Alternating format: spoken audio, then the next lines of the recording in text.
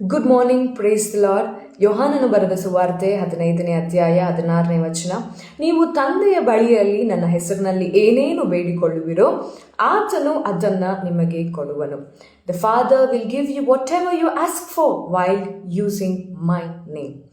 There's a lot of confusion in the body of Christ when it comes to prayer in asking in his name. ಅನೇಕ ಕ್ರಿಸ್ತಿಯ ಮಕ್ಕಳ ಜೀವಿತದಲ್ಲಿ ಆತನ ನಾಮದಲ್ಲಿ ನಾನು ಏನು ಬೇಡಿಕೊಂಡ್ರೂ ನನಗೆ ಸಿಗ್ತಾ ಇಲ್ವಲ್ಲ ಅನ್ನುವಂಥ ಕನ್ಫ್ಯೂಷನ್ ಅನೇಕ ಮಕ್ಕಳ ಜೀವಿತದಲ್ಲಿ ಈಗಲೂ ಕೂಡ ಕಾರ್ಯ ಮಾಡ್ತಾ ಇದೆ. ಇವತ್ತು ಆ ವಚನದ ಸತ್ಯಾರ್ಥವನ್ನು ನಾನು ನಿಮ್ಮ ಮುಂದೆ ತಂದಿಡ್ತಾ ಇದ್ದೇನೆ.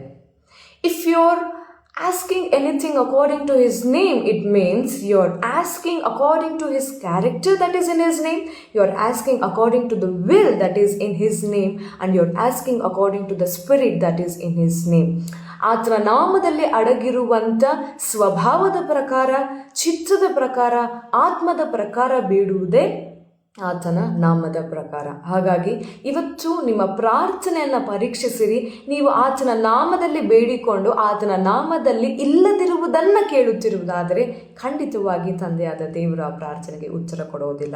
ಇವತ್ತು ನಿಮ್ಮ ಪ್ರಾರ್ಥನೆಯನ್ನು ಬದಲಾಯಿಸಿ ಆತನ ನಾಮದಲ್ಲಿ ಅಡಗಿರುವಂಥ ಸಂಗತಿಗಳನ್ನು ಬೇಡಿ ನೇರವಾಗಿ ದೇವರಿಂದ ಉತ್ತರವನ್ನು ಪಡೆಯುವಂಥವರಾಗಿ. ದೇವರು ನಿಮ್ಮನ್ನು ಆಶೀರ್ವದಿಸಲಿ. God bless you.